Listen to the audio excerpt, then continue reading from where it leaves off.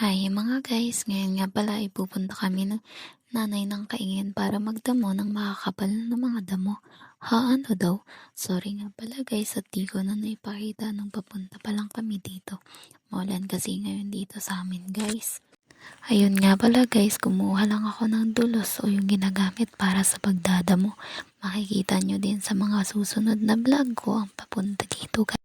Pasensya na nga pala kayo kung di ko makakapag-upload.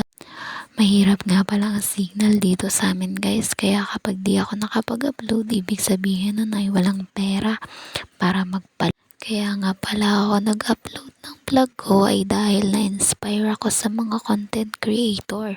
Alam kong hindi lahat ng nagko-content ay hindi nagiging successful. Pero sana naman mga guys ay supportahan nyo ako.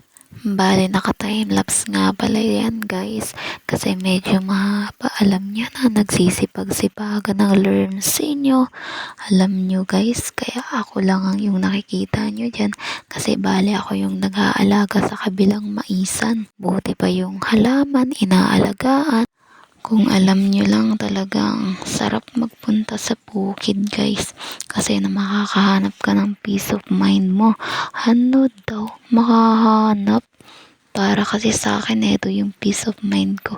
Sobrang relaxing. Isa kasi sa pinaka-comfort zone ko. Mga guys, ay yung uuwi ako mag-isa or pupunta ng bukid namin. Kung tatanungin nyo ako mga guys, kung bakit naisipan kong mag-upload. Kasi nga guys, hindi muna ako mag-aaral dahil may dahilan yun. Ha, ano daw? Anong dahilan? Graduate na din naman ako. A few moments later. Mga guys, saka gusto ko sanang magtrabaho guys, pero hindi naman ako papayagan nila nanay at tatay.